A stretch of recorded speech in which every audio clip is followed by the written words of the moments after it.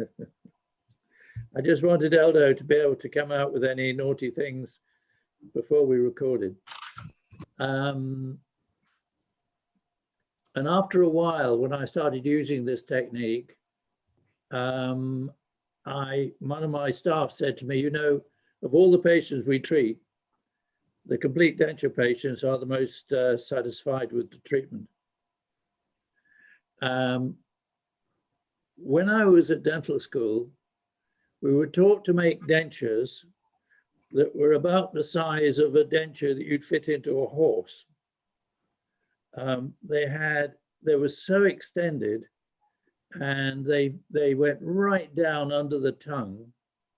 They were just impossible to wear. And so by taking the patient's dentures already and making some alteration to them that improve them, you don't tend to overextend the denture. When you take an alginate impression, for example, so you can have special trays made, the alginate tends to overextend the model. Anyway, let's get on with this. I'm thinking about treating a 70-year-old denture who wants new dentures, that has some dentures already that they come in with. Now, I'm very pleased for you to suggest what other medical history questions you'd ask.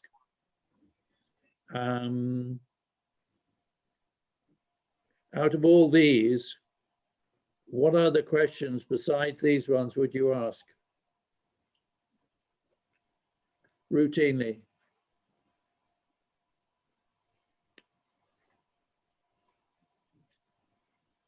Anand?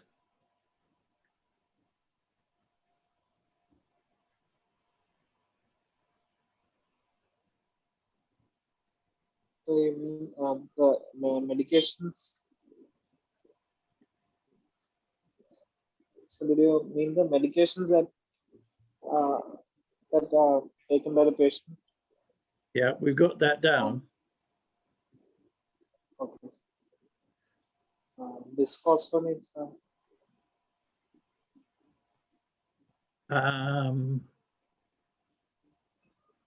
Bisphosphonates, you'd ask? Yes, it's a good question to ask elderly patients. You're making a denture for them? Yes, denture sore can lead to necrosis. If there is an ulceration happening on the mucosa, that could lead to bone necrosis. Okay. I thought but bisphosphonates weren't used in India. It is. Yeah, It is. it is. Yeah. Newer drugs have come.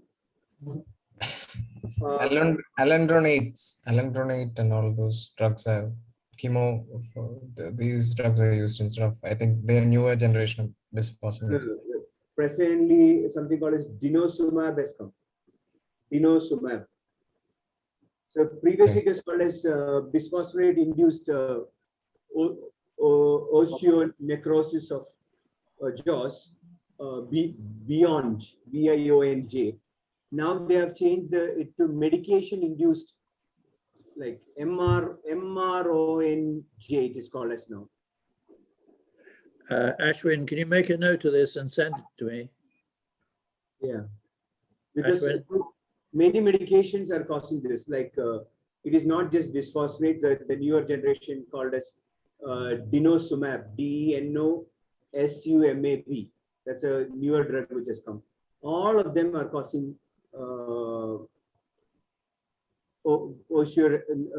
necrosis of jaws. Due to denture sores? They reduce the blood supply, they harden the bone. You know. You want to know the sequence of things that happens? I know, I've done a paper on this. I've done a presentation on this, so I know about all this. Can you send me some information, Eldo? Yeah, I can. Yeah. Okay. Yeah. One funny thing is there about this. Previously, people who were working in matchbox industries, they had phosphorus poisoning happening, and Yes. their jaws, they used to glow at night because of phosphorus poisoning. What's again? Can you repeat? Those who are working where? In matchbox industries, matchbox. Okay. Yeah. So they use phosphorus in making matchboxes, I suppose. So they had phosphorus poisoning happening, and because the turnover of maxilla and mandibular bone turnover is 8 to 12 times higher than that happens in long bones. So all this phosphorus they used to get accumulated in the jaws, upper and lower jaws. So their jaws they used to glow at night. There was some job where they used brushes and they were painting something. It might have been on watches, and they used to lick the brush. And I think that was a similar thing. Okay, so anything else you take of the medical history? Diabetes. Like, Why? they would be immunocompromised. They would be immunocompromised, so they have more chances of other infections, candidal infections, and also.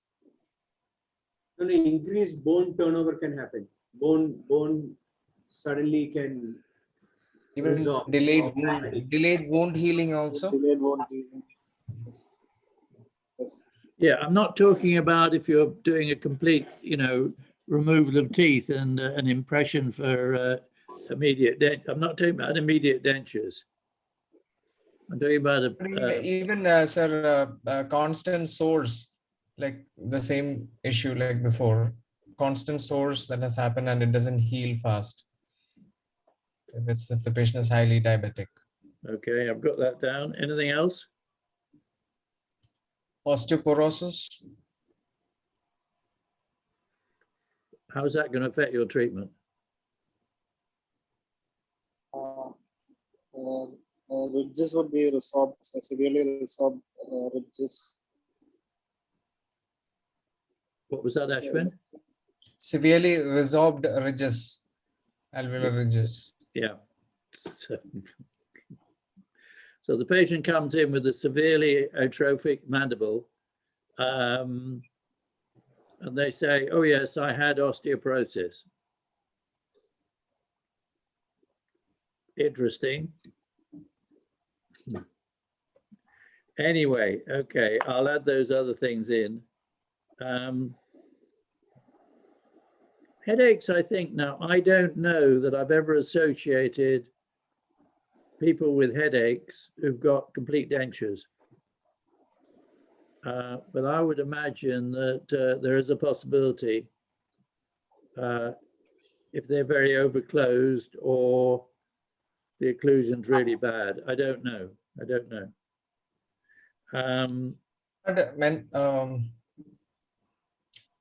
Maybe what about epileptic patients or mentally retarded patients? Epilepsy then? If the patient suddenly had an epileptic fit when you're taking impressions, it could be a bit difficult for you.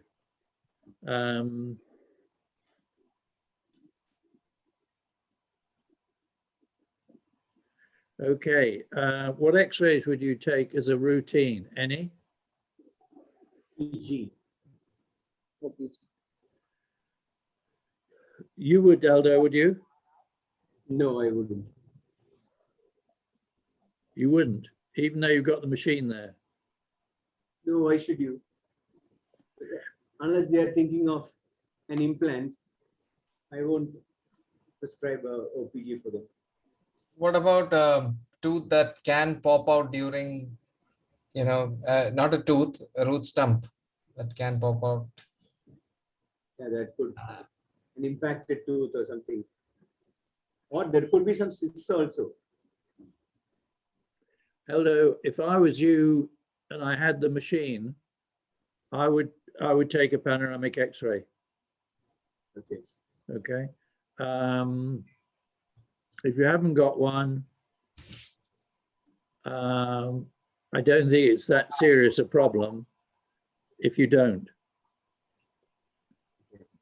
So, Aldo, I hope that in the next few weeks you'll be able to show us a panoramic X-ray with a cancerous lesion or something. Okay. Strangely, when we're doing PG, we have done thousands of cases. You know, we get 8 to 10, minimum 8 new patients. They used to, you know, what to say, give appointment for the PG students in Trivandrum. And I've never ever seen a complete denture, any totally dangerous patients OPG, but for Stuart's class. When Stuart is, you know, his OPG session, he says, he shows a panoramic X-ray and how to read an X-ray. In that class only, in my life, I've seen for the first time an edentulous OPG. And I wondered, my goodness, I've done PG in prosthodontics and done thousands of dentures, but never I've ever taken a OPG of an edentulous patient till I started making an implant. And the first OPG that I'm seeing is Stuart's OPG. When I went for AID class, AID implant class. I have Probably, to say, go ahead. Yeah, probably OPG was not very popular at that time when we were doing PGs in 1980, 1999, 2000 period. Only one OPG center was there in Cochin itself, or for probably half for the, you know, half of Kerala would have satisfied with one panoramic X-ray at that time. So probably that is why they were not sent for OPGs during my time. Yeah, go ahead. When I bought my first panoramic machine, it was about 10 years before I started doing implants. And when I bought it, I was expecting to come across great pathology and usefulness. And basically, I found nothing. Probably for wisdom teeth patients, it was helpful. Most of the time you can get away with a periopical X-ray. But I think that if you've got one, I would use it. Okay. I want to go fairly fast because I want to get onto the clinical side of it, okay? Abby, you're here with us till 9 o'clock. Okay, I will spend some time with you on the weekend or sometime going over what you've missed, okay? These latest generations.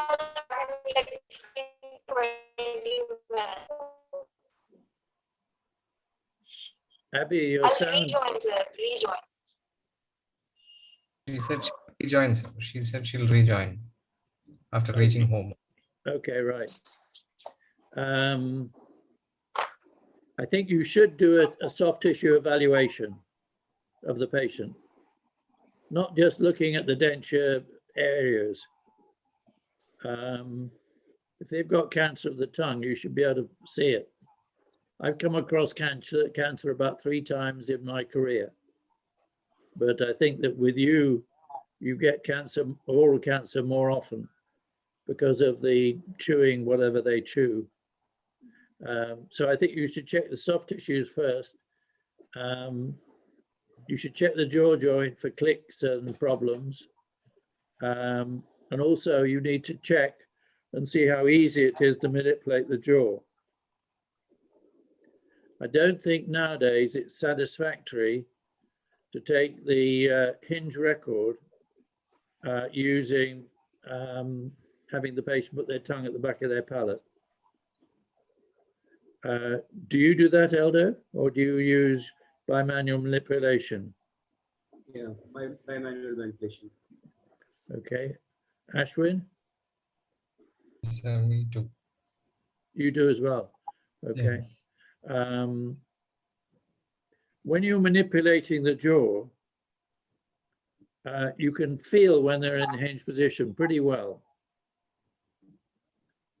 So you have a good feeling that they are in the hinge position, if they are. If you get them to put the tongue at the back of the palate, there's no way of knowing whether that's correct or not. So then you look at the upper and lower ridge evaluation. Now, this technique is not a copy technique. It isn't just taking the denture and copying it. It's a case of looking at it and finding out what is deficient with it and making alterations and then taking impressions. So the initial appointment, the objective is to listen to the patient, how they feel about the dentures they've already got. And I would be taking notes down, all the problems they have with their dentures. And ask them what they want, okay, what their objectives are. And also I'm assessing their psychology to see whether or not they're realistic or not. If they're asking you to make perfect dentures that they can play a trumpet with, and they've got no ridges at all, then they need to know that that's not something you can help them with. You need to examine the patient clinically, evaluate the patient's present dentures, and then assess what improvements need to be made. You need to measure the resting vertical dimension. You need to measure the closed vertical dimension of the current dentures to see how much overclosure there is, if there is. Eldo, do you have a Whillis bite gauge?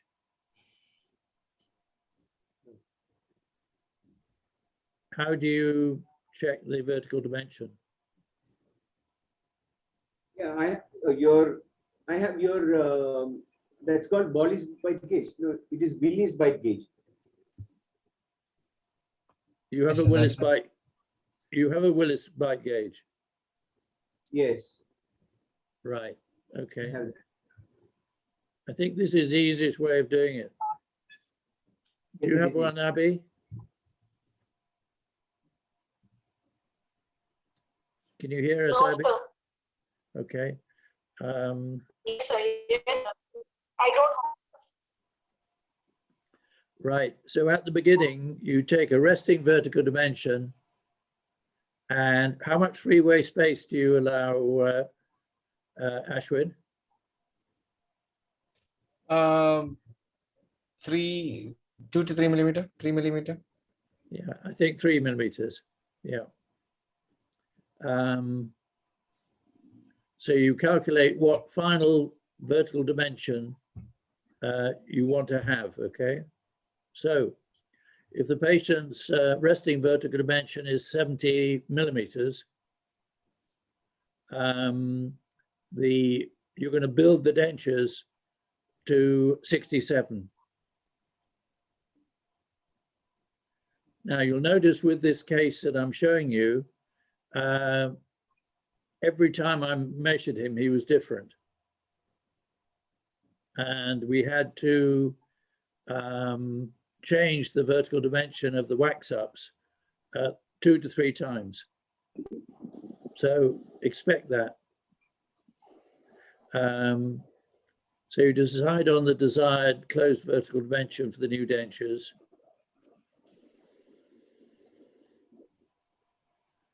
The freeway space is often too great. When you get the patient to close together, they're often overclosed because the dentures are worn, and often and sometimes because they haven't been made correctly. You want to find out what they feel about the appearance, the size of the teeth, the color of the teeth, how comfortable they are with their dentures, how stable the dentures are, and what they think how well they stay in place and how well they eat with them. If the patient's priority is comfort and function, balanced occlusion is best.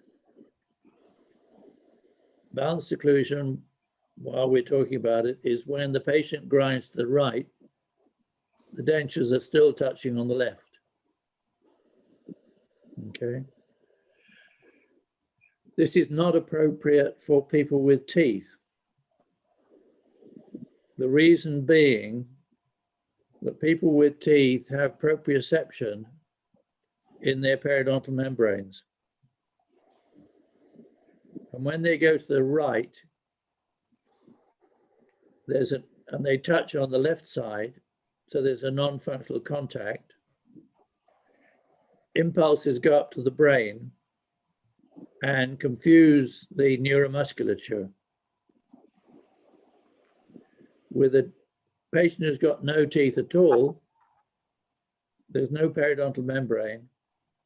So when they go to the right, they don't get this same confusion if the denture is touching on the left.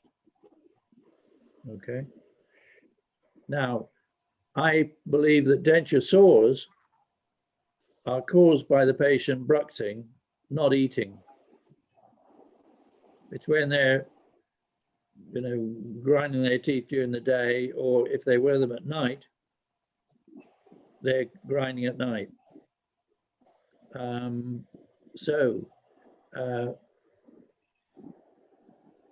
balancing of the occlusion is to help the dentures stay in place so they don't get denture sores.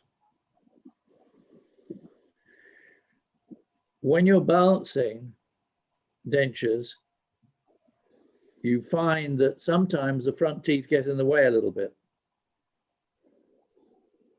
and they tip the dentures. And you need to reduce the front teeth a little bit. Mostly, preferably the lower. Unless the person, when they talk, only use their lower teeth, their lower lip.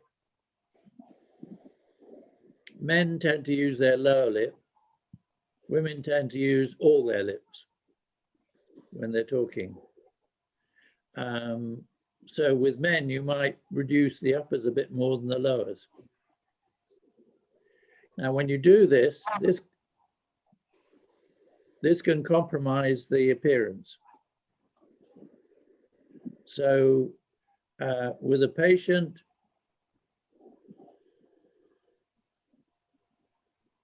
who appearance is the main thing, then don't try and balance the teeth. Okay, I've had one woman who was so particular, I didn't do any balancing at all. Appearance was really important to her.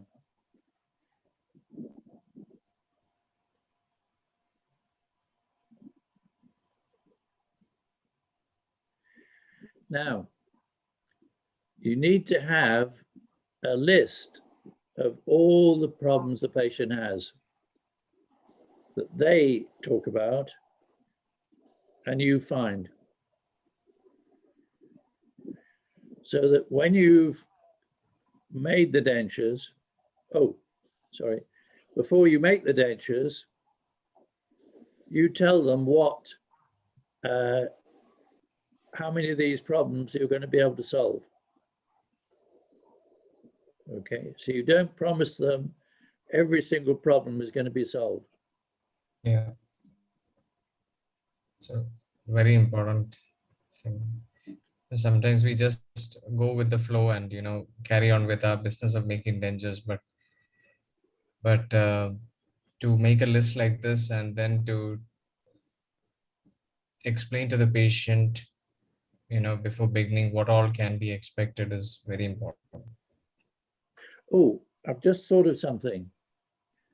Why not, when you've made the list, say to them, which of these problems do you think we're going to be able to solve? Sorry, I didn't get it. Can you translate, Anand? Sir, I think what Sir meant was when we make a list, we ask the patient which all issues could be addressed. So you Okay, say you go through the list with the patient. You say, which of all these do you think we're going to be able to solve? patient will say, you should say. Sorry? Patient will say, you should say. I've come to you. You're projecting. You're projecting. Okay, because you're projecting, you wouldn't ask the question. Okay. Okay, you do that 10 times and see what they say. Okay. So Eldo, you've made a list of all the problems the patient's got and what they want. And you go through it with them. And you then say to the patient, how many of these do you think we're going to be able to solve?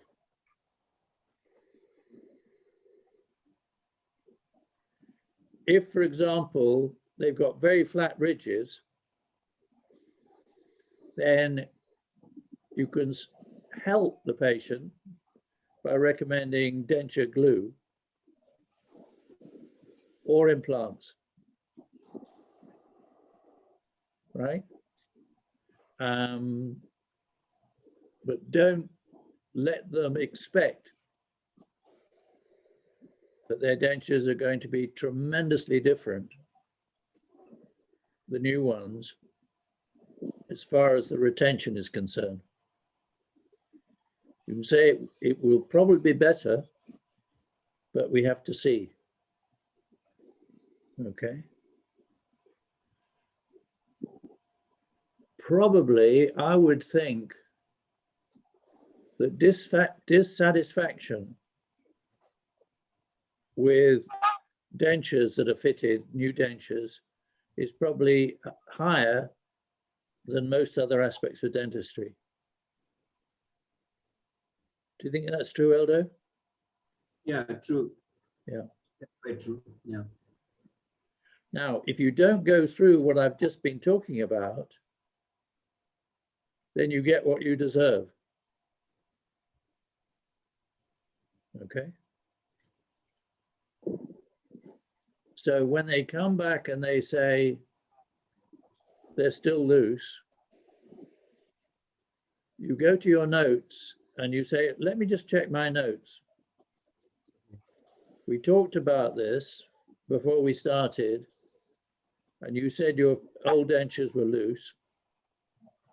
And I made a note here and told you that the new dentures may be better, but we can't guarantee it. Okay. When you have a complaint, as I've told you before, unless you answer straight away, you sink. Okay. Your morale sinks and you've sunk and the patient's won. Okay. So you need to have the answers quickly.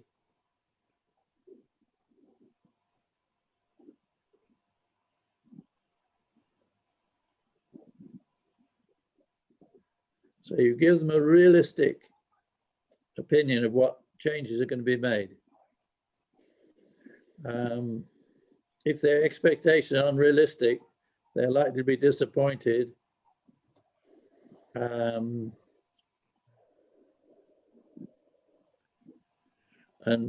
I've had one patient who was definitely psychologically disturbed.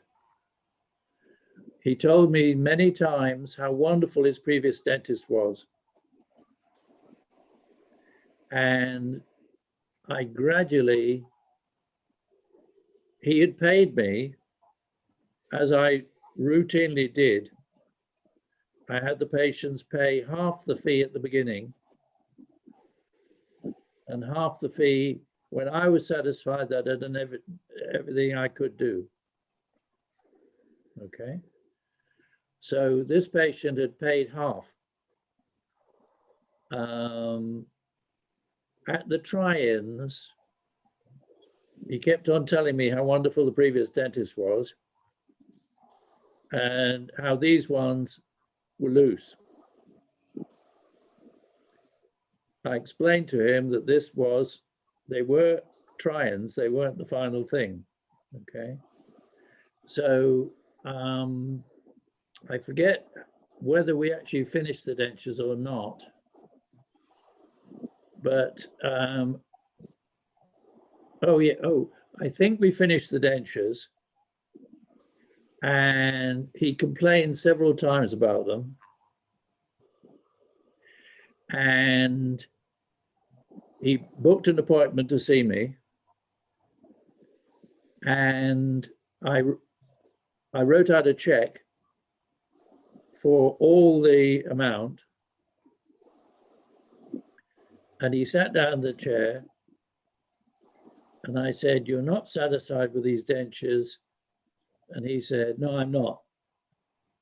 So I said, "Give me the dentures, and here is a check of the money you paid me." And he left.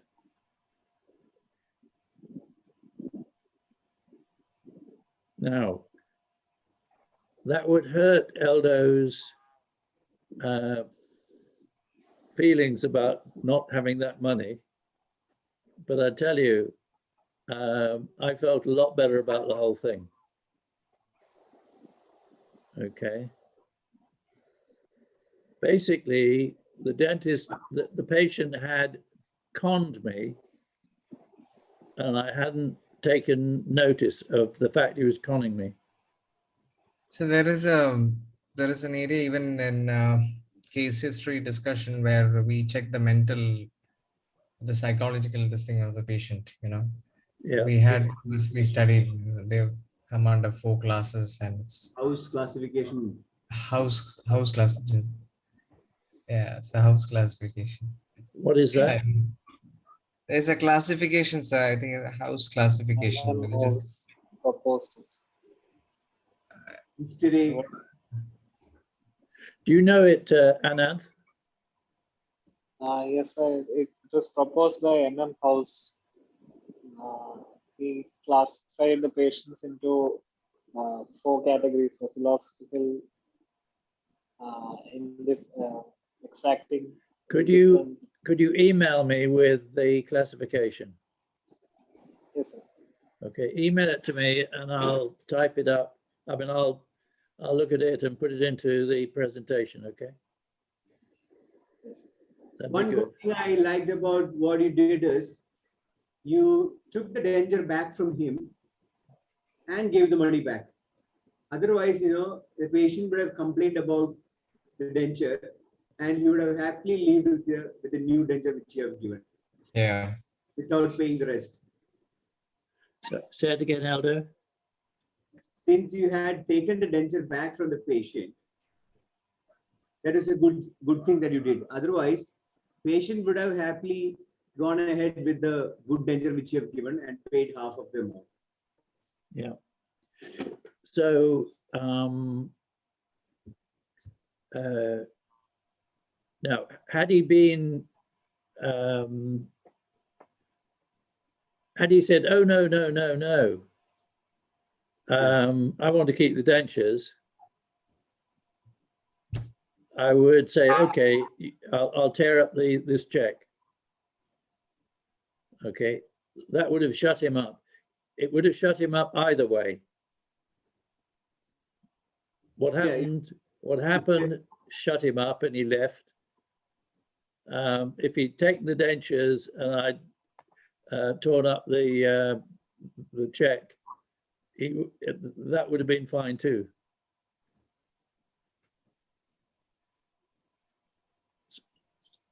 Okay. discussing the fees with the denture, with the patient. I mean, you know about this, I'm sure. You need to discuss with them what quality of materials they'd like you to use. Okay. I think if you talk about the quality of the materials and you say this is going to affect the price of the dentures, the fee for the dentures, you're not saying I'll do a bad job for you cheaper than a good job. You're just talking about the materials, okay? And you can then assess the patient. If they say, oh, I want the best materials, then you might spend a bit more time on them. I made a frightful mistake, again, with two patients almost in the same period of time who wanted a discount because of various reasons. So I gave them both quite big discounts, and both of them were the worst patients I'd ever treated. Whinging about this, complaining about that, and I thought to myself, I'm never going to do that again. Okay. I'm sure Aldo would agree with me that with some patients, you increase the fee deliberately, either because they're complaining all the time anyway, or by anticipating they want a discount, you take your usual fee, add on about 15%, and they say, then you say, oh, I can give you a 10% discount. And they whinge again. You say, well, okay, I'll give you a 15%. So it ends up with the same thing. Okay. I'm really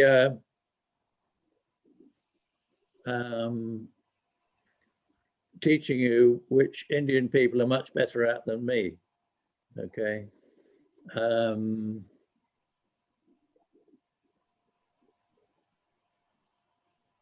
was talking to somebody 2 days ago, a dentist friend of mine from Ireland who came to visit me, and he was saying something about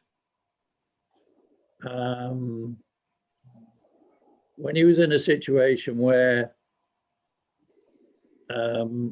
normally you bargain with the person said how much the thing was, and you gave him that amount of money plus about 10 or 15%. He thought, screw you, you know. And it shocked the person who was expecting him to bargain. I never bargained with dentistry, only on the amount of work that was going to be done at that particular time. Most of the dentistry can be delayed. I've talked to you possibly about my treatment plan, where it might take several years to finish all their treatment. And it's planned out that the emergency sort of stuff, the dental health, the bleeding gums, the tooth decay are all dealt with. And then they know that they can have £1 crown a year after that, or a bridge next year, or an implant next year. Do you understand the term hit and run? Yes, sir. Okay. I have a suspicion that a lot of you do hit and run dentistry. You think, I've got the patient here, I'm going to do as much as I can before they disappear. So you have hit and run dental practices. Now, appearance, this to me is excellent appearance. And there are certain characteristics which, if you use these with dentures, they're going to look better. The first is the center line has to be correct. Have any of you been using dental floss or string to check the center line since we talked about this? Yeah. Do you use that? Do you make dentures at all, Anand? Yes, sir. And do you use floss or string to check the center line? No, sir. I use the Incisal with filtrum with the papilla and the filtrum. Okay, we will look at this, okay, a bit later, okay. Yes. I once put the string up against the patient and the center, the central, one of the central incisors was right in the middle. And she'd had them for years. And when I pointed out to her, she was horrified. You can imagine if your central incisor was half a tooth over, it wouldn't be as nice. Okay, so the center line needs to be in the center. I think the central incisors should be in good alignment. The lateral incisors should be a little bit rotated. And I was talking to a technician in Canada who said to me that he ran courses on how to make dentures for technicians. And he had a course where he had American technicians and English technicians at the same time. And the English technicians were laughing at the American technicians, what they were doing. Because to start with, as you'd expect, the denture teeth they chose were frightfully white and also were completely correct in their positions. Whereas they were all using darker teeth and they were also rotating the lateral incisors a little bit. Okay. Obviously, it's the patient's choice, but if the patient's got a dark complexion and they're oldish, they're better off having a B4 than a B1, personally. If you're in America, you've got the white teeth disease to contend with. And I mean, you have to do what the patient wants to some extent, but if they want very, very white teeth, you must say, I'm going to make a note of that, that you have asked for very white teeth, and I have suggested that they may be a little bit too white. So you write that down, okay? When they come in for the try-in, you check that they're absolutely certain. And this is where also you need a companion to give them advice as well. So if at the end of it, they're not happy, you've done your best. The canine should be slightly like this. Okay. And the posterior teeth should disappear away like this. With dentures, they often tilt them out a little bit.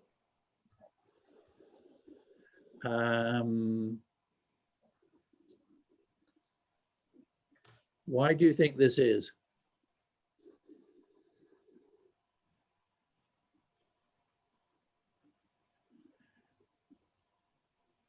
In the lower, the resorption is from the buccal towards the lingual. Sorry. No, sorry, the other way around.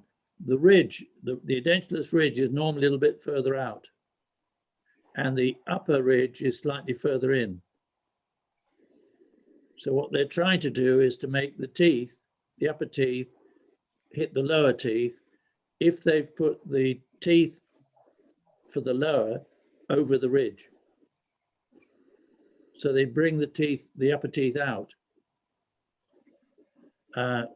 It's better from an appearance point of view to have a slight crossbite with dentures than to have the upper teeth sticking out. The appearance is terrible. When they smile, all you see is teeth. So similarly, on the other side,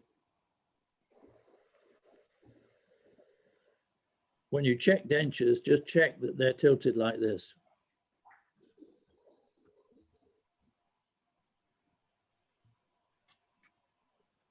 So this is pretty good. The canines are great.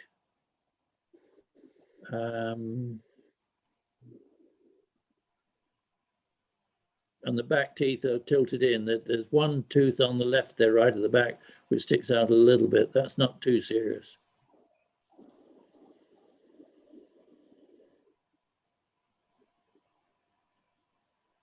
So then you check the shade and the shape of the teeth. And it's useful to have a boulder gauge to check the width of the teeth rather than using a ruler. It's more accurate. Okay. Do you have some sort of gauge? Abby? No. I'll show you, just 1 second.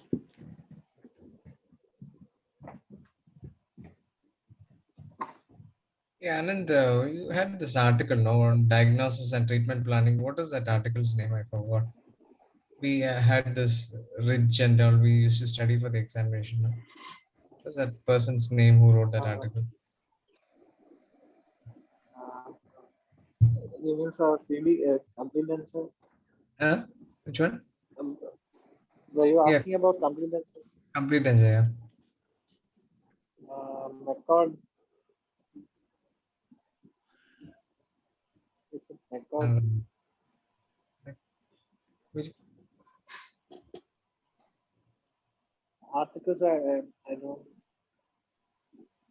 don't remember. So Yeah, okay. Yeah. I'll just check with something. Okay, you need something like this. Poly stage, yeah. Yeah. So you check the width of the teeth on the denture. Is this similar to a vernier caliper or? It is a vernier gauge, yes. Okay. Okay, so these teeth are 8 millimeters exactly. Okay. Do you know how to read one of these? About vernier gauge? Abby, can you read one of these vernier gauge? Yes, I can read it. Yeah. Yes. Can you, Anand? yes, sir. Okay, right. Okay. Yes. Because if you couldn't, I'd show you. Okay. So you decide with the patient whether they want slightly wider teeth or narrower teeth or whatever. Okay.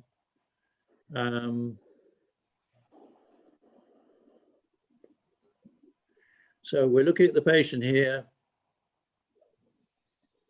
and knowing what I know now, this patient is a little bit overclosed when he's relaxed for some reason. So you look at him from the side and you look at him from the front. And this is the Whillis bite gauge. Have you seen one of these, Anand? Yes, sir. Yeah. PPT, Have you got one? no, sir. Oh. Make a note, Anand, to buy a Whillis bite gauge, okay? I couldn't find it online, sir. I couldn't find it online. You couldn't find it online.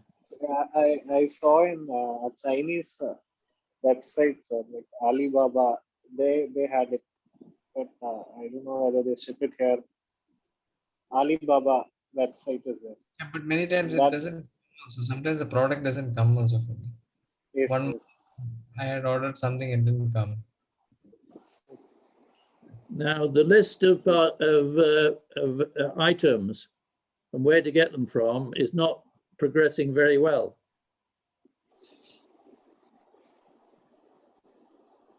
What's happened to your list, Eldo?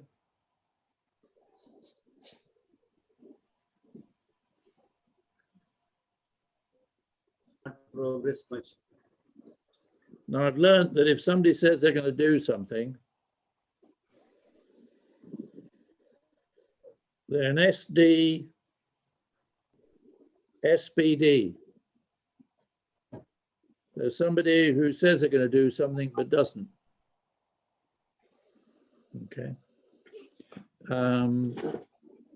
If somebody finds out where to get Whillis bite gauges in India, let me know, okay? I'll put them on the list.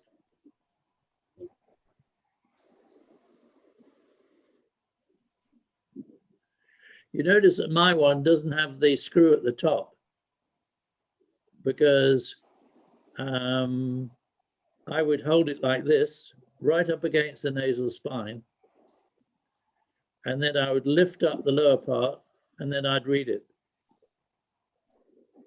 without trying to screw up that screw. And you can then do this 6 times. You're doing it more now, are you, Eldo? No, I do it 2, 3 to 4 times. And you have the patient sitting up straight. Yeah. Adjust the headrest away. Don't have the headrest there.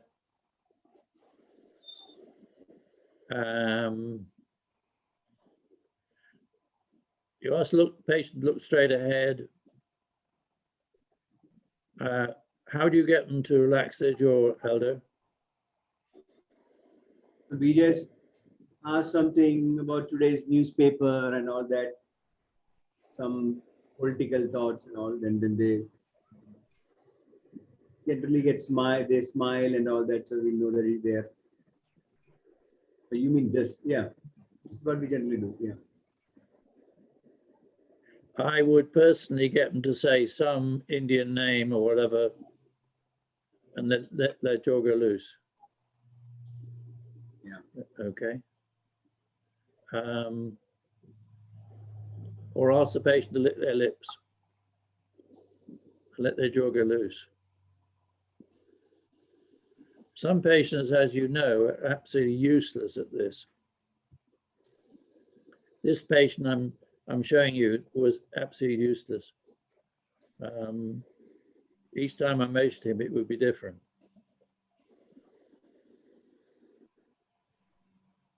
So you take the vertical dimension 6 times, take the average, and write down the result each time. And then you take off 3 millimeters, and this is your desired closed vertical dimension. Then you check the center line. Holding floss or tape in both hands, you rest a finger on top of the head and hold the floss or tape vertically, not touching the face. And then you line up the center of the face. Now you line it up, Ananth, with the nasion, the nose, the center of the upper lip, and the center of the chin. And you take an average. I'm not sure where the papilla comes in as being accurate. Okay. They're usually not in a straight line. I don't know whether you've seen photograph. I don't know whether you've seen photographs of famous people where they've taken the right half and they've switched it and put it on the left half, and it's difficult to recognize people. People's left side of the face and right side of the face is not the same.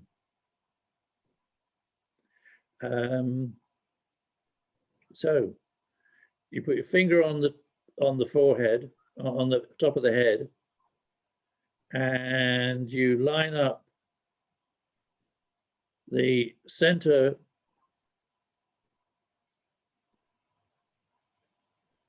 between the eyebrows and the center of the base of the nose, the tip of the nose, the center of the upper lip, and the chin. And you take an average. Now, with my technique, when you're actually at the clinical stage, and then you could point it out to the patient, whether the center line is correct or not. Okay. When you're actually having taken the impressions in the denture, you then draw a line on the upper denture to show where the center line is in a black felt pen.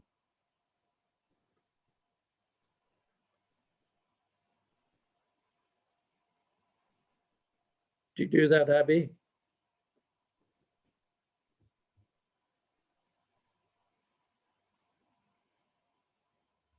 Yes, sir. Good, okay. Then you check the incisal edge levels. Can you see the upper teeth at rest? This depends on the length of the upper lip as well. And what about the lower teeth? And then when they smile. And do they show enough upper teeth? Often they don't show enough upper teeth. So this would be pretty good for this patient if this were the levels. If they're like this, that wouldn't be good. Okay. There aren't really any rules about this because it depends on the length of the lips. Now, if the incisal edge levels of the original dentures are too high, then you add green stick to the denture on the fitting surface. Oh,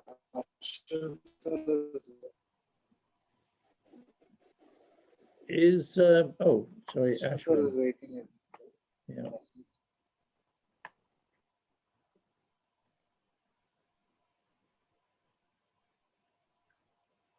I want Ashwin to see this.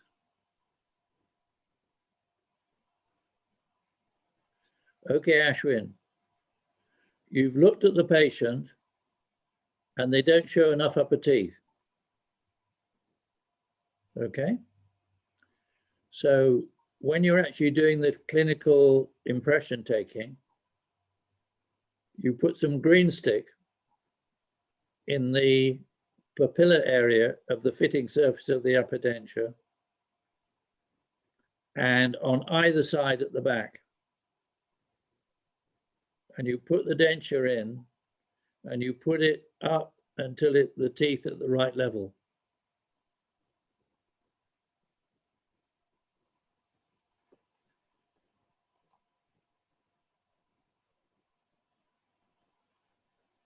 Okay. Now, if by doing this, they're still too high, you add green stick on there. And put the denture back in again until the denture, when it's in place, the teeth are at the right level.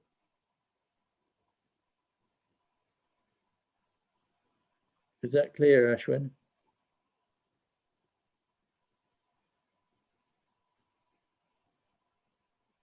Okay.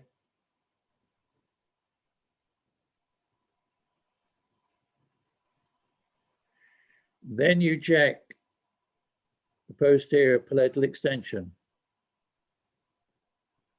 You see these dentures are very short of the fovea centralis, which is that little depression at the beginning of the soft palate. The denture ideally needs to go back to just at the junction of the soft palate. And that's where you get some suction, some retention. If you take it back too far, when the patient talks, the soft palate's going to displace the denture. Is this where you take the denture to, Ashwin, Aldo? Yes, always. Yeah.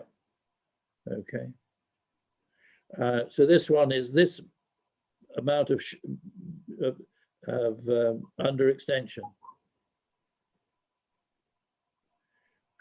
Also, if you put the denture in place and you put your finger around the back there, often the denture does not cover the maxillary tuberosity. Do you find that happens a lot, Elder? Yes. Yes. Yeah. So you know you're going to have to add some green stick onto the denture to make up for this. Yes.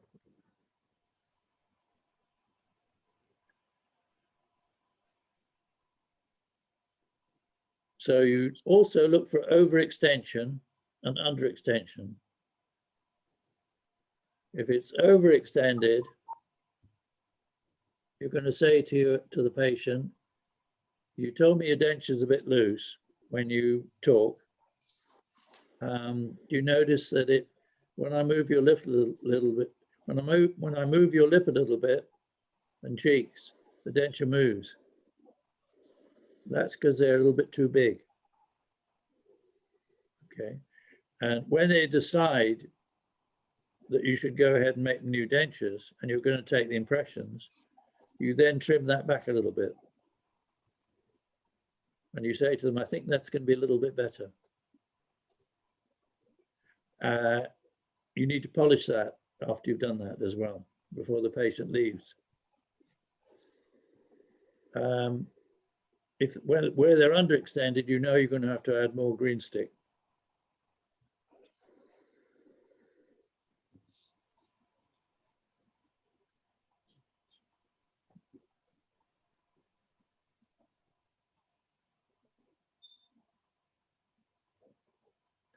So when you're looking at the ridges, you want to look at you need to palpate the lateral to the tuberosity. And this is an area where if the denture extends back again, back to this part, you're going to get better retention. And then you check this other side. Check for denture sores. And these must be sorted out before you take the impressions, because this is going to be a bit swollen. So you put some zinc oxide Nugenol paste and you wait till it starts to set a little bit, put it in the patient's mouth. When you take it out again, you can see pretty well exactly where you need to take some of the flange off. Now, there are pastes that don't set, and I never found those very helpful. What do you use, Eldo?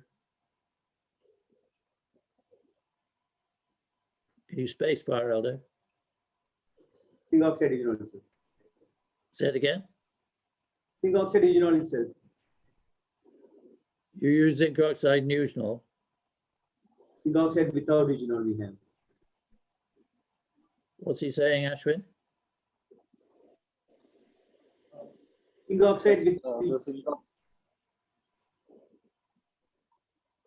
eugenol free zinc oxide. Okay, yeah, okay, yeah. Is that called nogenol? What I used was nogenol. Oh, that's a good name. Yes. Yeah, never heard of that. Yeah. So you mix two pastes and it sets. Yes. Yeah. Okay. I can't. Why do you use no eugenol? Because eugenol burns the tissues, so I don't like it. Patients will cry Yeah. and they elevate more. So your procedures, it becomes more difficult when they salivate more and then they. Okay. Thank you, Aldo. No problem. Okay. So you've located the denture saw. And you must Sir, what is that, Abby? so what is the paste, sir? I mean the brand of the paste. I mean where do I buy this from? Cavex from Pulsar. Okay. What's it called, Okay, sir. Aldo? So can you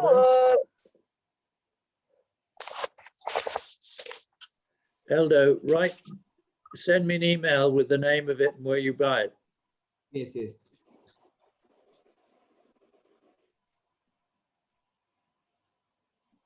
Post it, Eldo. Yes.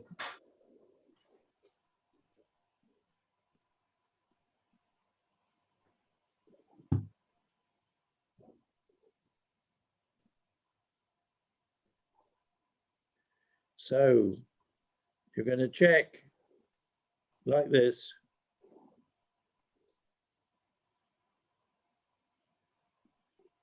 Okay, the best you can. Not easy. This is not as accurate. You can't check whether this is correct or not.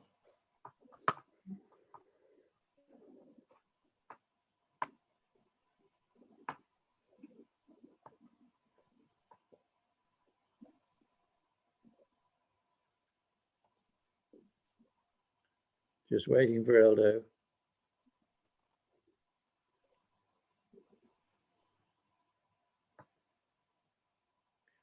Eldo, I was just saying, you use this technique,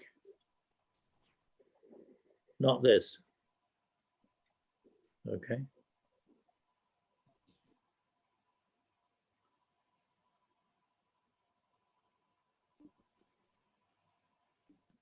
So the first thing you do, this is the actual appointment.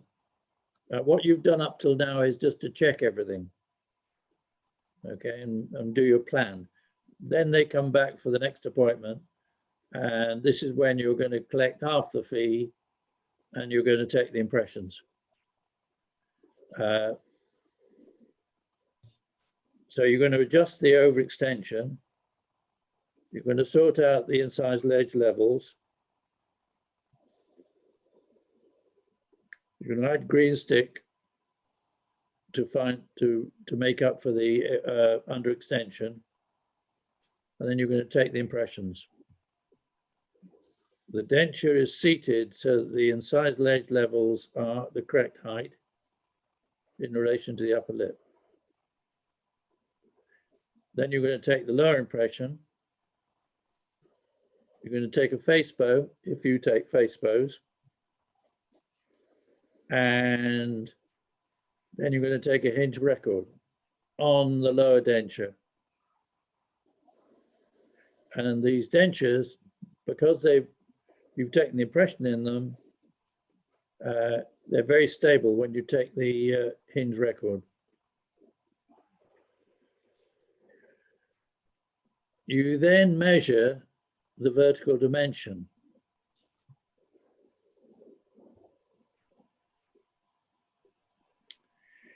after you've taken the hinge record, which I'll show you in a minute.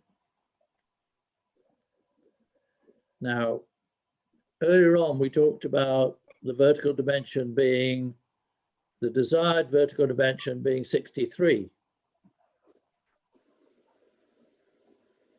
Now, you've all got to concentrate,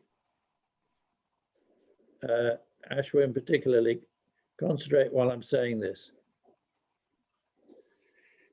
You've got the incisal edge levels at the level you want. And you measure the vertical dimension with the hinge record on the lower denture, zinc oxide Nusional. And it comes to 70, the vertical dimension. So the hinge record has taken up 3 millimeters of the freeway space, because you wanted the vertical dimension to be 67, not 70. So when the models are mounted,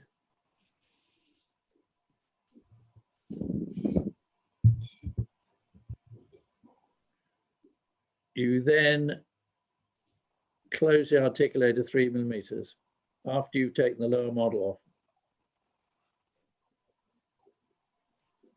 So now you're back to 67.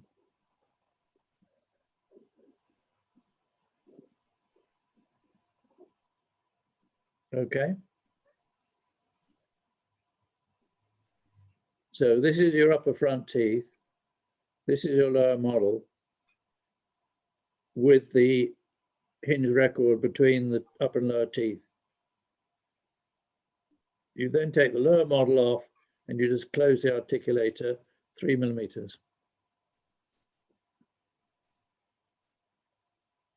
I'll talk to you about this before, okay? Again later.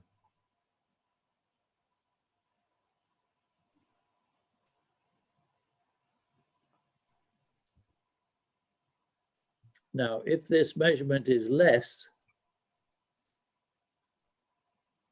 so say for example, it's 64 as opposed to 67,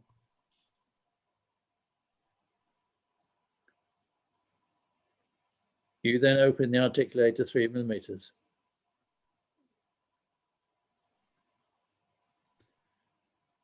Now, if you are doing this on a course, which I'm running, actually doing it on the articulator is easier for you to understand. So already the hinge record is there, right? So now how do you open it by 3 millimeter?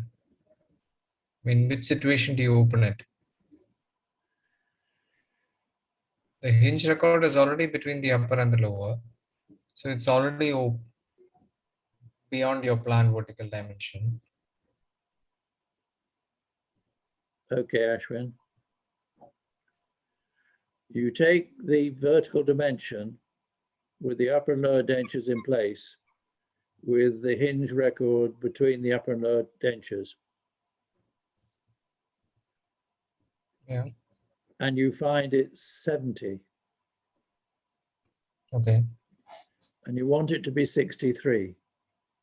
You want it to be 67. Okay. So you mount the models, you take the lower model off, and you close the articulator 3 millimeters. Okay. You got that? Okay. Now, in the event that when you take the vertical dimension, it is 64,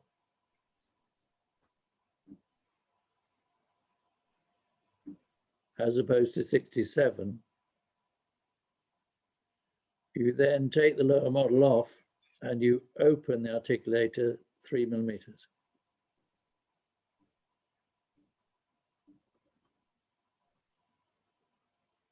So I didn't understand.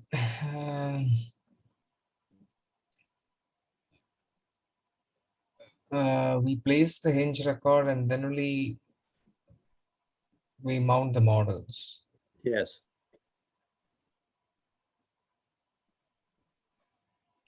So how do we compensate for the thickness of the hinge record?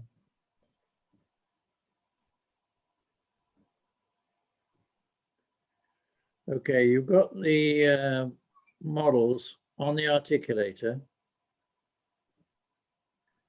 Yes. And in the first example, the patient was open 3 millimeters.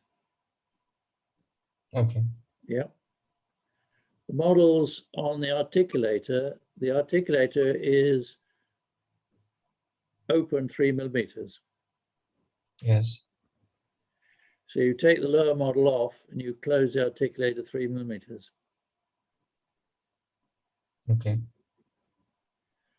Then when they build the occlusion to that measurement, it'll be 67 millimeter vertical dimension.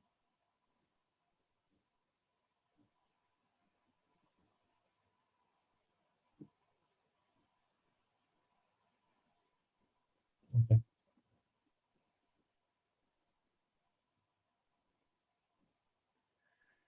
If you didn't close the articulator 3 millimeters,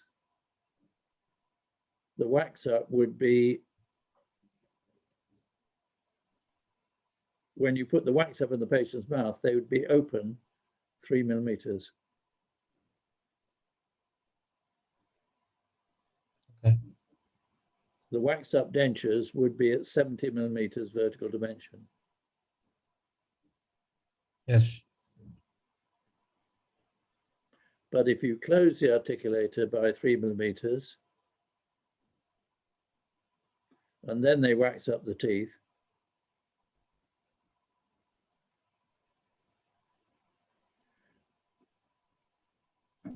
they're waxing up to 67 millimeter vertical dimension. That's occlusion or rest? Occlusion. We're not talking about Occlusion. rest. No, we're not talking about rest. Yeah. Yeah.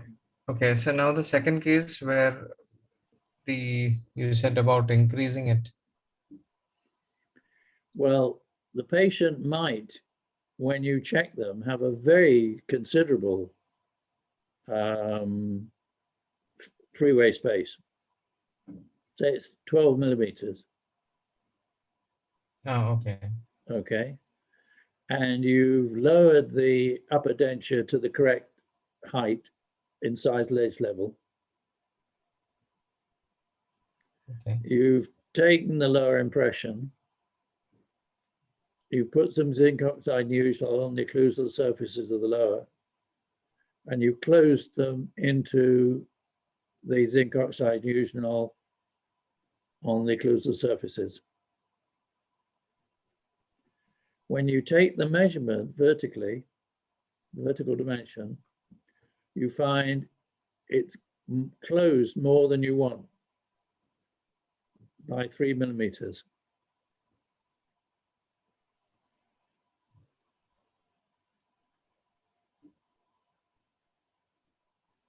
Have you got that, Ashwin? Yeah. So if you looked at the patient, they'd be a little bit like this.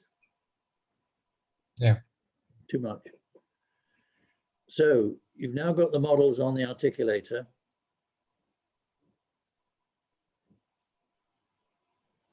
And you take the lower model off. What about the hinge record? The hinge record is? Sorry? The hinge record? You've mounted the models on the articulator. Okay. Now okay. You've got the upper model and the lower model on there with the hinge record when you mount the lower model, okay? Okay. Okay. You then take the lower model off and you open the articulated 3 millimeters. So even when the patient is having the hinge record in the mouth, still it's over closure. Correct. Okay.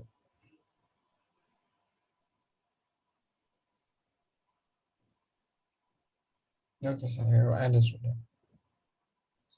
I mean, when you take that measurement, you find it's closed up 3 millimeters more than the measurement you want.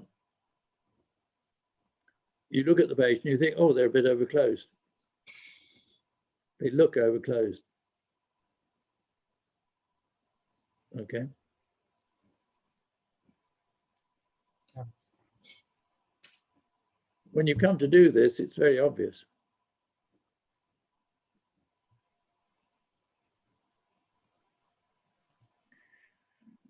Now,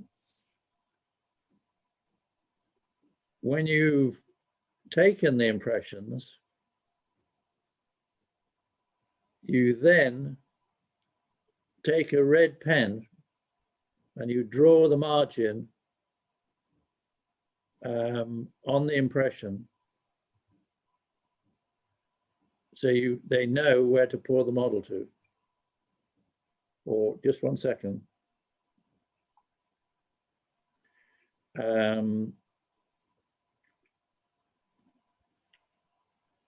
Let me talk to you about that in a minute.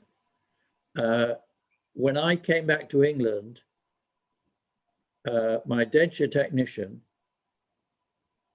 most of the time, the denture technician determines where the margin is, where the flange is, and how thick the flange is.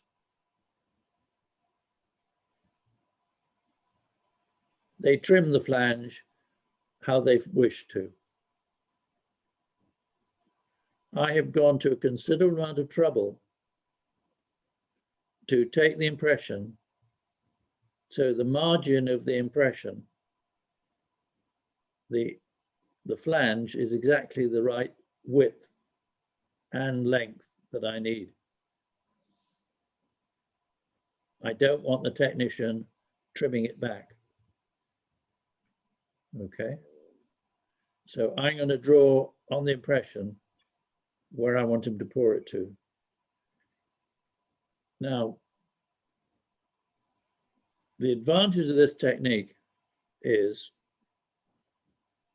that the known landmarks are seen on the dentures. You can see that they're overclosed. You can measure that. You can see that the center line's incorrect. You can see whether the upper teeth are too high or too low. And you're compensating for that. When you're dealing with bite blocks, you start off with nothing apart from 2 big blocks of wax, which you then have to trim and fiddle around with how you want to. So you can see what's wrong and what needs to be changed.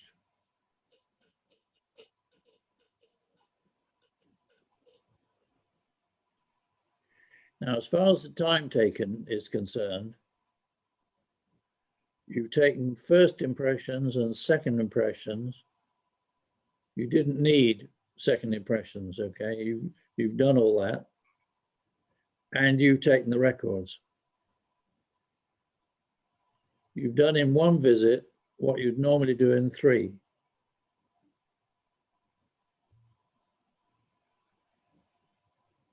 Okay? You saved the patient time. And it's been much easier.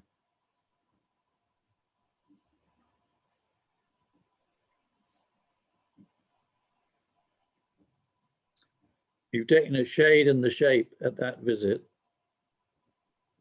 and it's all in 1 visit.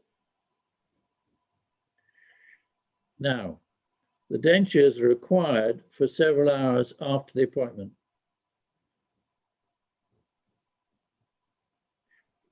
for the pouring of the models and for the mounting of the models and for the adjustment of the vertical dimension and the cleaning up of the dentures and the polishing of the dentures where they were adjusted. So the patient must be made aware of this, and that they will need to, they're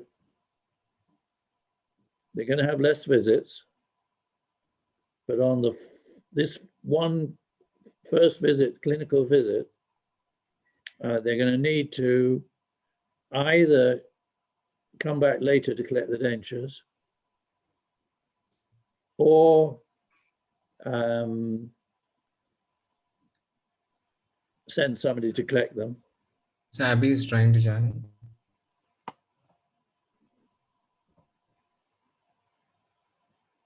Thank you.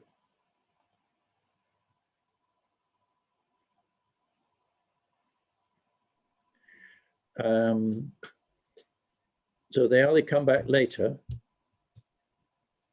or they, Abby, when you're using this technique, Abby, you need to say to the patient that after you've done the clinical part of the appointment, you need to keep their dentures for 2 to 3 hours. And you say to them, you can either go away and come back and collect the dentures, or you can wait here at the clinic. You're saving the patient 2 visits, so that's the plus side. You're also being very accurate in the way you're clinically taking the impressions and the records. So that's the advantage to them.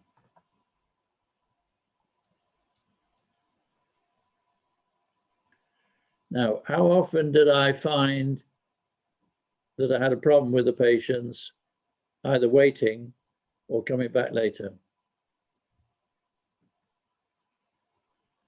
Now, Ashwin knows that all the patients are going to object, because that's his, how he imagines the situation. I can't remember a patient ever having a problem with that, as long as they understand the advantages.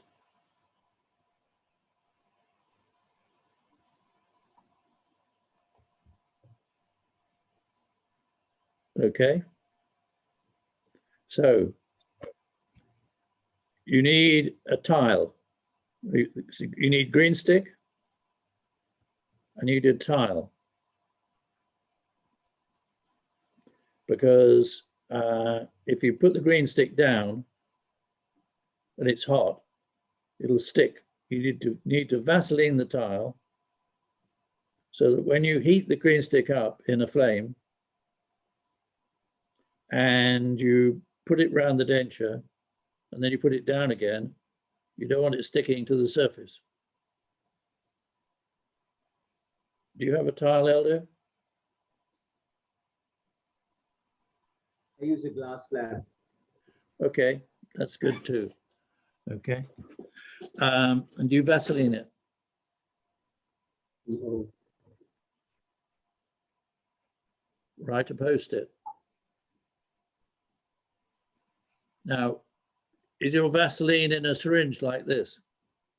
Yes. Abby? No, sir. What, do you have a pot of Vaseline? So you either stick your finger in it, which is not very hygienic, or you put a cotton roll in it, as opposed to putting it in a syringe like this. Okay, sir, I'll do it. Okay, no?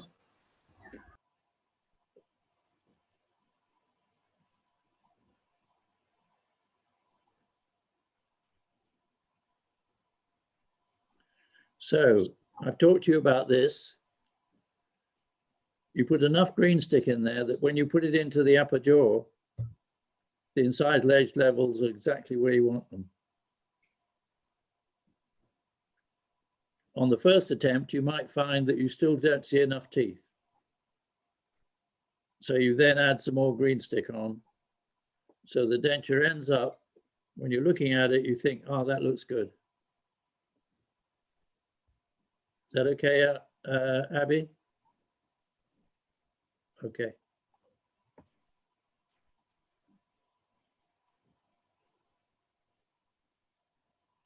So when we are seating it back, that time we are not pressing it hard, right? We are No. only putting this. No, you put it in gently to the right Okay. height. Okay. Okay. If you put too much green stick in there, you might have to press a bit harder Okay. or remove the green stick. Okay. It's interesting to know that your green stick is black in color. This is green, actually.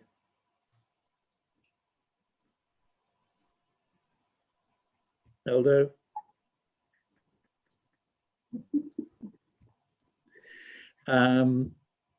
Having done that, the first thing I would do is to add the green stick round the posterior on one side.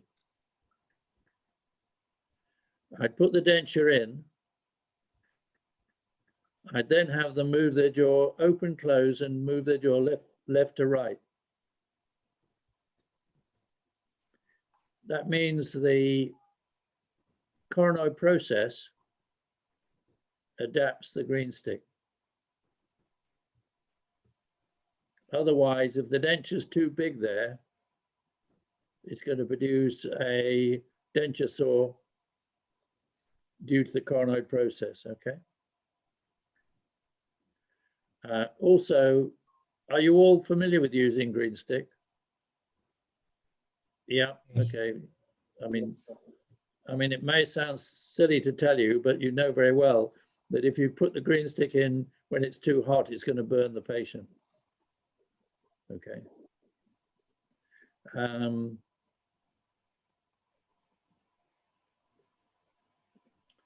Then you add some green stick on the posterior. I put it onto the palatal side of the other side of the denture, and I put it in, and then I moisten the finger with saliva, and I push the green stick further back. Okay, so that it extends a little bit beyond the fovea centralis.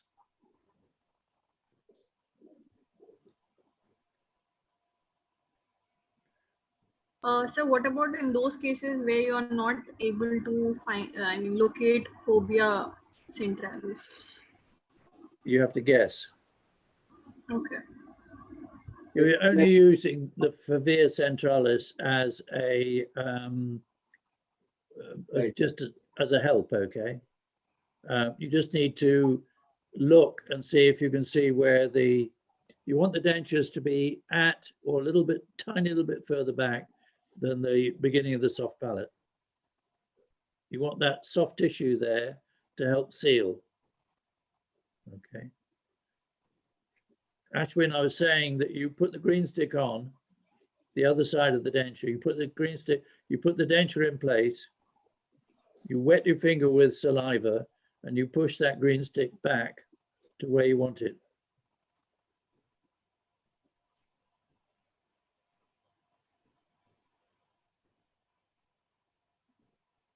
Okay.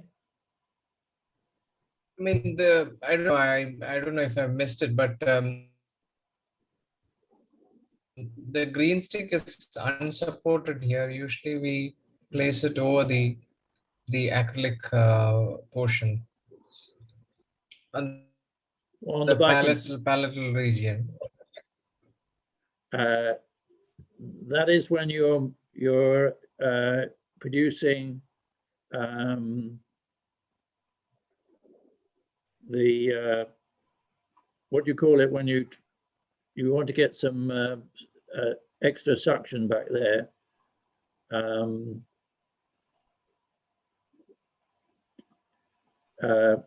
No, you add that on later, okay? But for the extension back, Can I answer that question? yeah, What Stuart was saying is, when you add the green stick, you add it on the tongue surface, not on the intaglio surface of this. So the Ashwin's question was, it is not supported here. It is supported from the other side, not on the intaglio surface. Is that what you meant, Ashwin? So that it is already gained. Ashwin, So what I meant was, yeah. Let me just go on a little bit and you'll see, okay? So you put the denture in place, you wet your finger with saliva and you just push it back so that it's back to the soft palate, just at the soft palate, Okay. okay? I think this denture is little underextended. Now it's correct. Sir, it's correct. Now it is correct. This denture is underextended, yes. That's why we're putting the green stick on to extend it further back.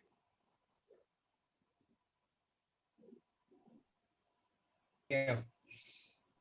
Okay, Ashwin? Yeah. Yes.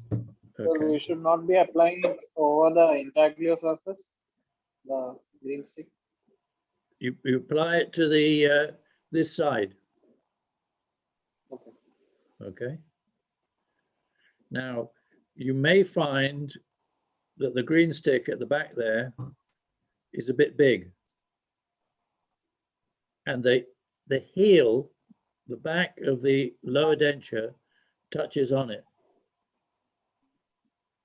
So you need to trim that back a little bit. Okay. Now here, Ashwin, if you ignore the center part for the moment, having put it in the tuberosity regions, you then put it along this area here and put it in the mouth. You muscle mold. You then do the front part and you muscle mold, and then you do this bit here. Okay. You then feel the palate near the back. And you know that in the center line, it's going to be hard. And on the left and right of the center line near the back, it's going to be slightly soft. So here is where you put some green stick on the denture and you put it in. This is going to compress a little bit that soft tissue.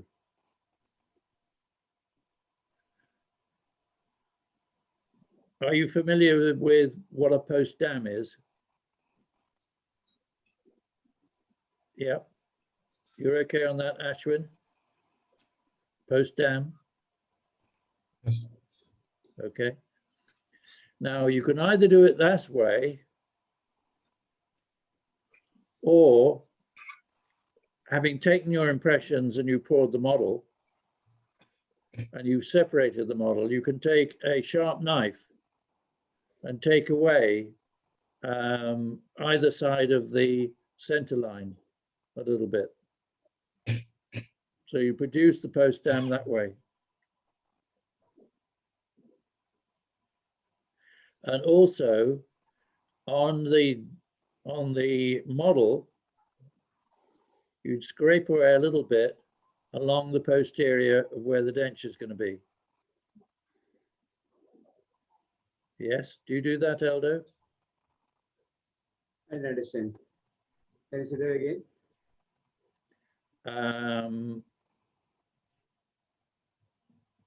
Let me just proceed a bit more and we'll see if we come across that, okay?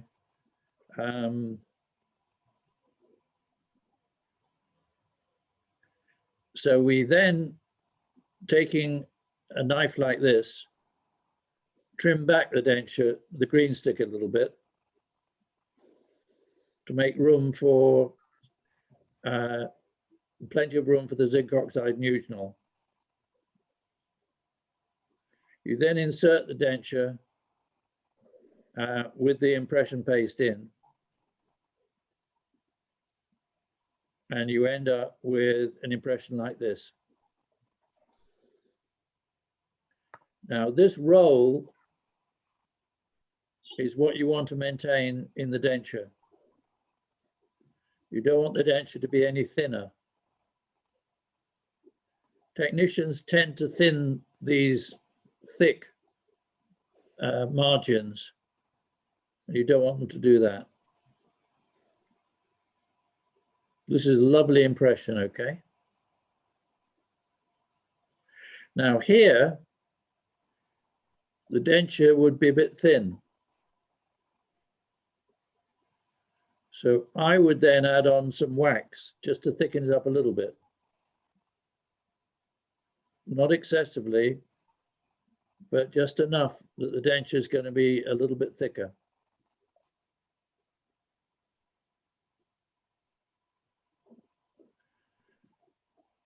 As I said before, the back of the lower denture might hit onto this, so you may need to take a little bit away off there with a sharp knife. It's not the impression side of it, it's just the top of it. Then with the lower denture,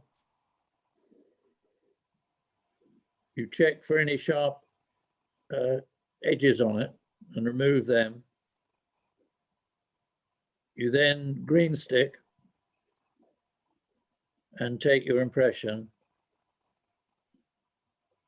Oh, before that, you put some zinc oxide usual in, and you check to see where the denture is touching the tissue too much.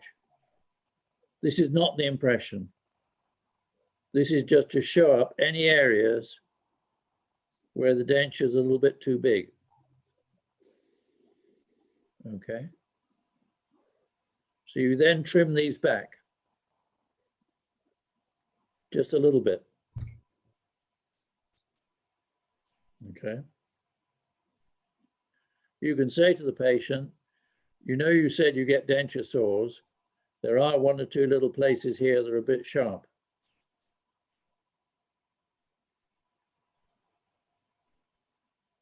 So I'm going to adjust those for you. It may help you. Okay. So here I've very gently taken a little bit off. If we go back, you can see where those red areas are. And I've adjusted those a little bit. We then clear it all off and brush it with orange solvent to get the zinc oxide nugenol off. And then we green stick it. We then trim it back a little bit and by about 2 millimeters, so that when we take the impression, there's room for the zinc oxide nugenol.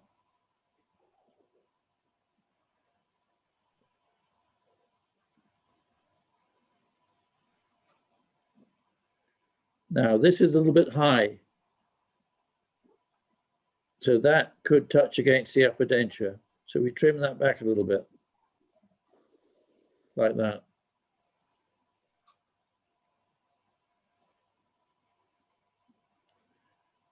We then take the face bow.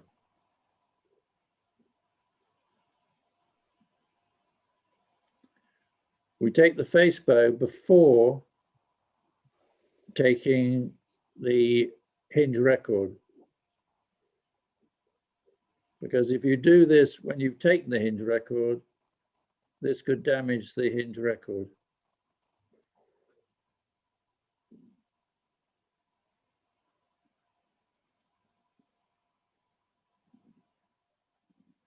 We're now checking the patient to see how easy they are to manipulate.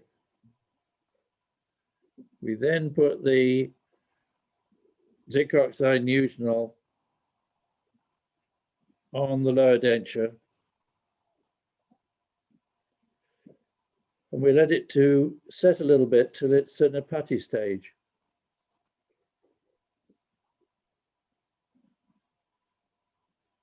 We Vaseline the upper denture, the occlusal surfaces and incisal surfaces, just so that this doesn't stick to it.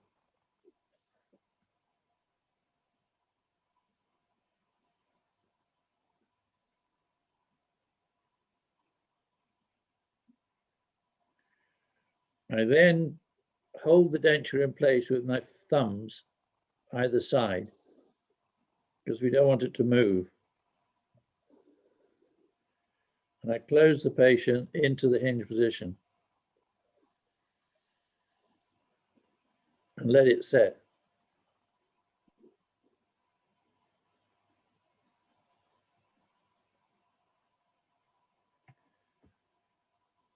Now, Ashwin, at this stage,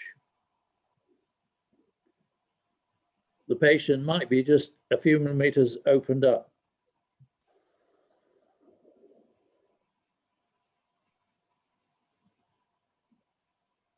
Are you frozen, Ashwin?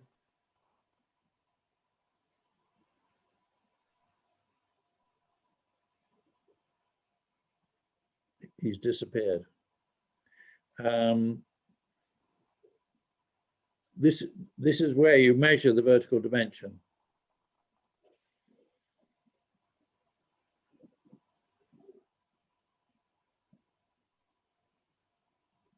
So we now check the vertical dimension, and we might find it's 70 as opposed to 67. So we know we're going to need to close the articulator 3 millimeters. Or it might be overclosed still by 2 or 3 millimeters, in which case we have to open the articulator 2 or 3 millimeters.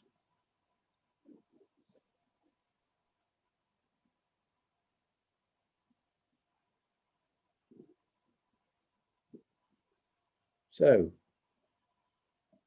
this is our centric record now. It's been taken in the impression with the denture having taken the impression,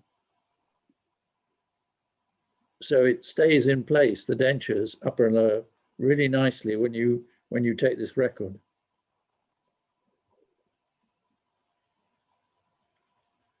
You then check the center line, as I showed you before.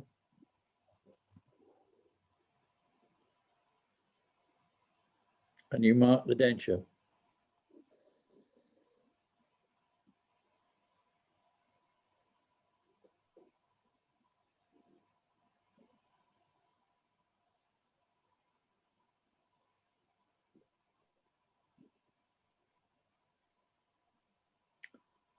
So now,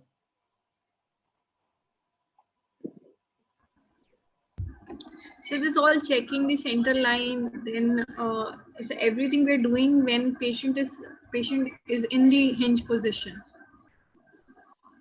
like the checking the vertical dimension, everything. So we are doing it when he has closed it in the hinge position. yes, Okay. And we take it out in the same manner and then we articulate it. yes. Okay. That's for next week.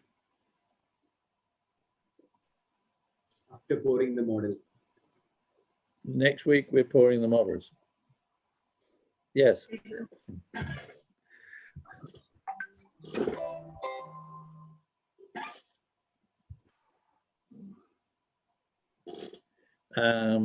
What time is it with you? 10:30? Yes, no, 10:15. 15.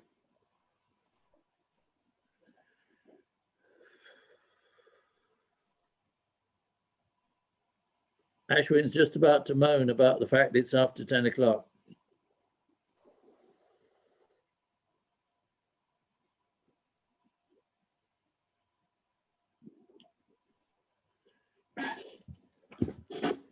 So what you've done there is very easy.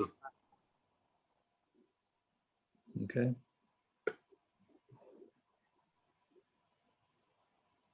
So this is all to be done in one sitting, Yeah. like Yeah. okay. Like when patient come for the first time and then we just No. do the No, not the first visit. The first visit is you're checking the patient. checking the patient. Okay. You do this at the second visit. Okay. The first visit is to get to know the patient, find out what the situation is, Okay. and determining the fee. Okay.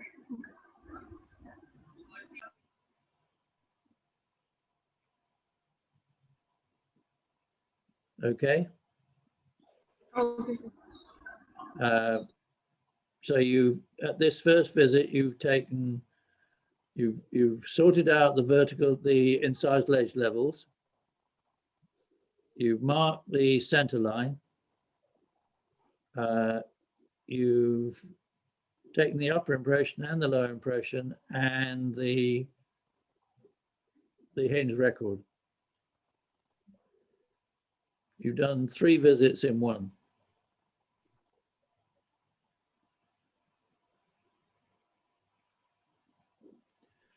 Now, you had at dental school somebody called Professor Snotty Chops, who told you how to make complete dentures in 5 or 6 visits. And as you progress in life in dentistry, you find there's more and more things that Professor Snotty Chops said, which are a load of bollocks. Sorry, bollocks. Did I tell you about my friend in Kathmandu? We were talking about something and he said, well, I always say that's bollocks. So I use that now in teaching because somebody who understands bollocks realizes that that's what I'm referring to as rubbish. And those who don't understand are not offended. So you don't understand, Abby, so you're not offended.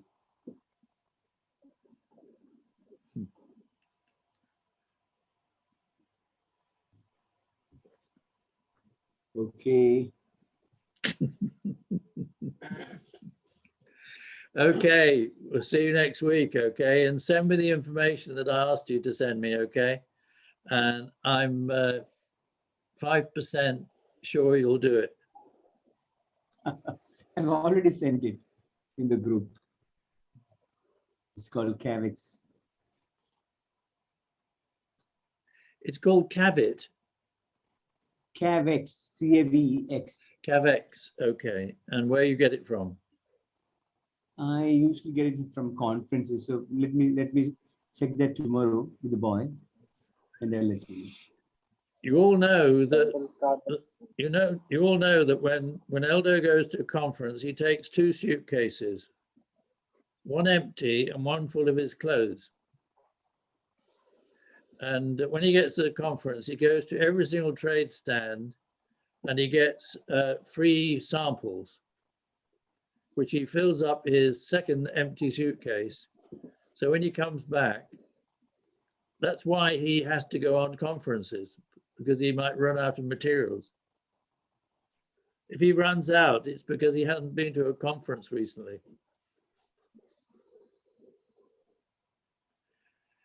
That's why he's known as Eldo Koshi, BDS, LDS, RCS, CB.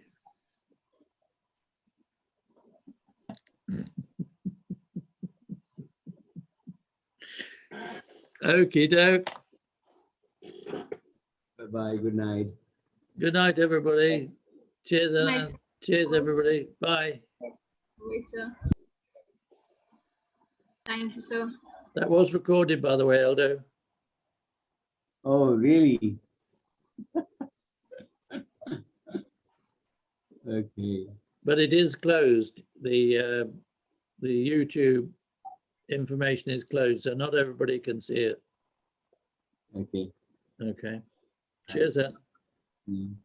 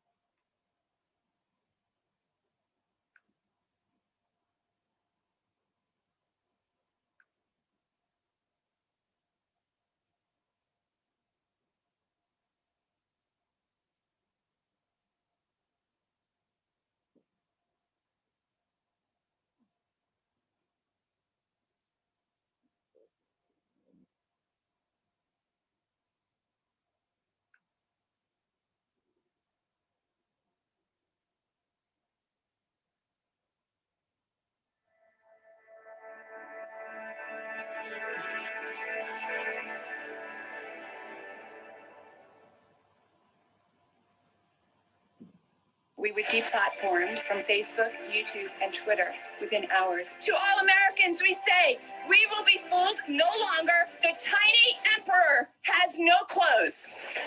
1 year ago, they tried to censor the truth, but we stood tall and refused to be silenced, and the truth remains alive. Get ready for a repeat of the viral press conference that rattled the world. America's Frontline Doctors presents White Coat Summit, the 1-year anniversary. Good morning. Thank you for being here today. I'm Dr. Simone Gold. I'm the founder of America's Frontline Doctors. You might remember us from this time last year when we stood on the steps of the Supreme Court to bring truth and light to the American people and people all across the world. We were so dismayed by the disinformation and the censorship that had taken over that we said we had to come to DC and just talk to the people, and that's what we did. As you know, we hit 20 million views in about 8 hours and were promptly deplatformed by big tech, taken down. So we decided to come back 1 year later on the 1-year anniversary of our White Coat Summit, right here back at the Supreme Court of the United States. See?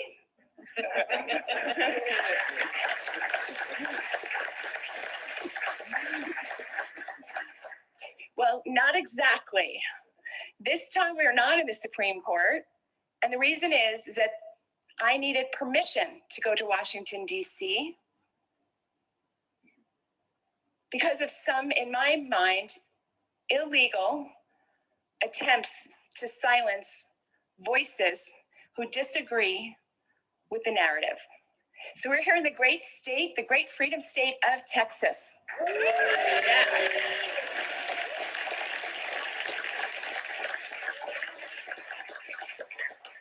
And we're back, this time with more information than ever.